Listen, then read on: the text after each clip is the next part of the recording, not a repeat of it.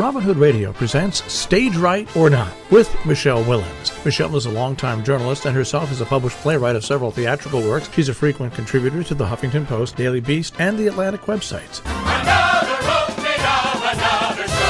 Well, as we head into a new month, which month is this anyway? Theater companies are trying to figure out future schedules and streaming material in the meantime and seeking new ways to stay solvent. Now, on that front, actor Dan Lauria has put together something called Celebrity Reads, based out of New Jersey, but a project meant to help theaters everywhere. The idea is for well-known or popular local actors to tape themselves doing a scene or poem or anything they choose that struggling companies can use as a fundraising tool in their areas. Several are already up. You should check with the theater nearest you, as they say.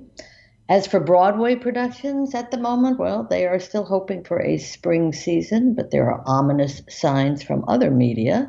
The Metropolitan Opera just announced it was not returning until a year from now. In the film world, Steven Spielberg's West Side Story has moved from Christmas 2020 to Christmas 2021. So while we hold our breaths, the theater community continues to create and offer plenty to watch from our homes. I had the most fun this past week watching A Marvelous Party, a delightful hour of Noel Coward wordplay, with a cast including Bebe Neuwirth, Judi Dench, Derek Jacobi, Emma Thompson, and more. Coward's sentiments are priceless, even when he says, "I do so admire critics. They go night after night and know so little about it." Oh, I don't take it personally. And then there's one ditty that has stayed with me, is particularly asking, why do the wrong people travel and the right people stay at home? Why didn't I write that? I also watched the Irish Rep's first offering of its so-called season, a one-woman piece called Belfast Blues. This was not live, at least not now, but it was when Geraldine Hughes wrote and performed the piece in Dublin, playing many characters. Not a lot of new information here about the religious battles in Ireland, but it's a personal story that manages to break through.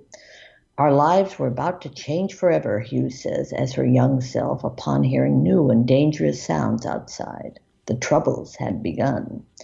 She's a remarkable storyteller. Watch her savor an invisible plate of fish and chips, and you too will be salivating. I think of a joke I once heard. What happens if you're an atheist in Northern Ireland? Well, it depends if you're a Catholic atheist or a Protestant one.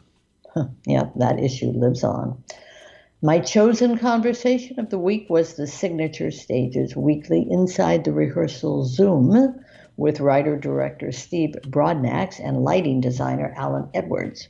The two very talented men discussed their work together, almost entirely Black-oriented, in the past and what they hope will be the future. Their next up together is called Hot Wings King.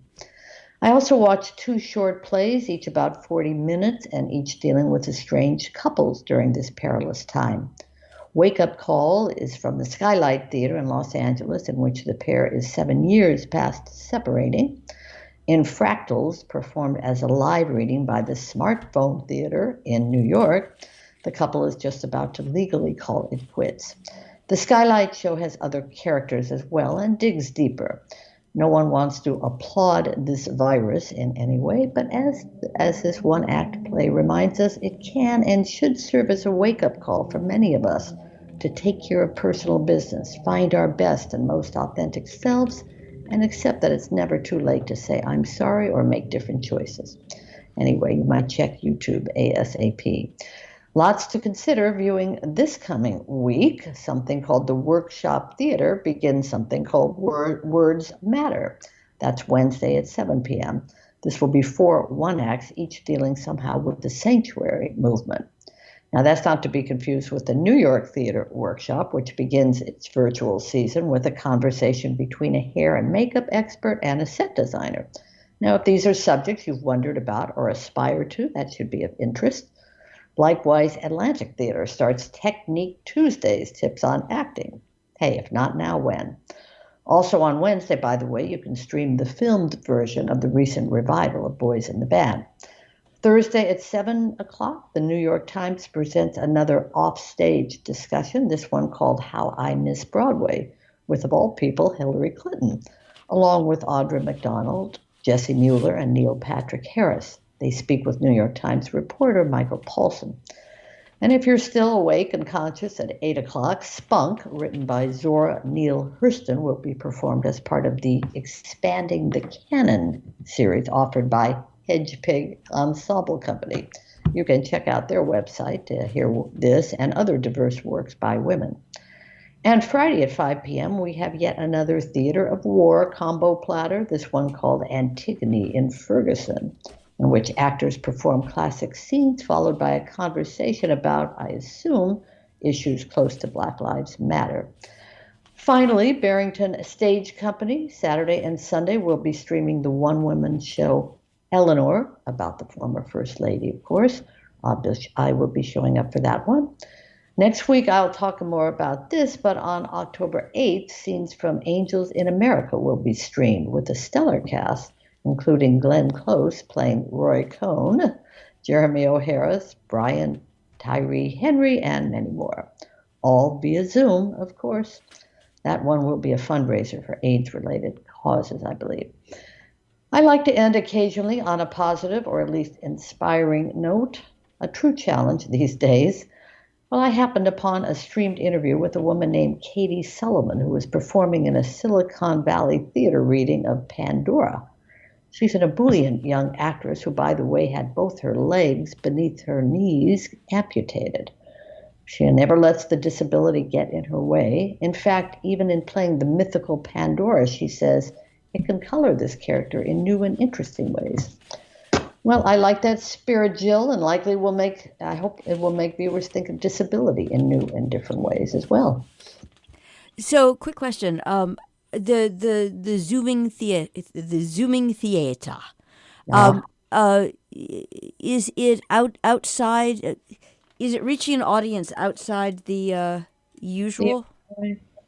You know what I mean? Or is it strictly to strictly it's too precise a word, but is it reaching out, or is it just sort of keeping theater people engaged and I would say the second. I would say the latter. That how many people do we know who are not interested in theater? Some people have told me when they've heard my report here or read some of my pieces, it made them interested in watching something. So I would say for people, it has impacted people who really don't go to Broadway shows. They just, for other reasons, nothing to do with the pandemic, they just don't go to Broadway shows. But they have watched some of the things they've read about or heard about, because how often do you get a lot? Look how many people have seen Hamilton on Disney Plus. Now, maybe those are people who are theater people or just have heard about it. No, they would have heard about it. I mean, and I'm just curious what percentage of that this is a total digression, but I'd be curious what percentage of those people would actually, if offered the opportunity, come and see it. But was there going to be a road version of that at some point? Hamilton? Yeah. Oh my God, it's been. That's what I thought. Okay, so it was out and about. Oh yeah, when I was in, I think Montgomery, Alabama. Right, that's right. I recall. Was playing, and it was just about to go back to L.A. for the second time, which is a first, pardon the expression. But I think the only time a traveling show has had a second run, almost like a year or two after the first one. But so many people didn't get a chance to see it. Will this create? If you want to really be optimistic, is all this Zooming and the talk about it and reading about it, and they do read in the paper about things, and they get to see actors they don't often see, movie actors, Julianne Moore, Oscar Isaac, they're doing something. So, the hope is that maybe it's creating a new audience for theater, that, hey, these are plays that aren't so scary. Angels in America coming. I'm sure a lot of people have heard those words and have never had a chance to see it. Well, maybe with Glenn Close, they'll tune in and think, hey, this isn't so difficult. This isn't so bad. Maybe I'll actually open up to the world of theater. Listen, I've been streaming something called Sheltering with Shakespeare, which I talked about here a few weeks ago, by Dakin Matthews, who I had done a piece on. And it's 15 minutes at a time, takes one little aspect of Shakespeare and helps you understand how to process it, how to read it.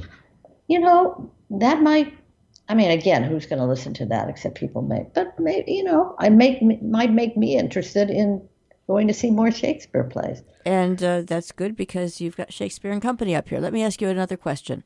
Have with Florida now open, is there any talk of? I mean, that's a good area. Is there any talk of either moving some rehearsals down there or doing some things down there? They have a lot of theater in Florida. Right. I actually had a play that was done at the FST, the Florida Studio Theater. I think it That was was done. that was my ulterior motive for asking. No, there are a lot of theaters there, and There are a if lot the of state is theaters. open, Yeah. does Well, that make it a?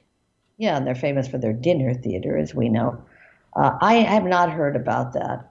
In the old days, in the old normal, a lot of Florida people in places like Florida Studio Theater would come to New York to audition, because that's where, believe it or not, they did the auditions mostly out of New York, even for other around the country. That's probably not happening. I don't know what's happening in Miami.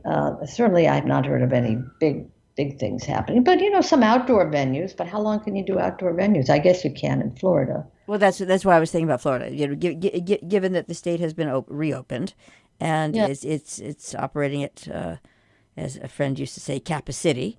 Just wondered if that was an option for people who wanted to, no pun intended, get the show on the road.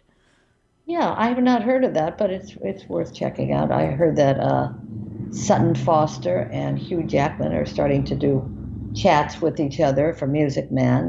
They're even doing choreography together. God knows if Music Man will open in the spring, but people have their fingers crossed. I don't know, so we'll see. I mean, so much depends on the changing weather, as you know, and the surges that may or may not happen.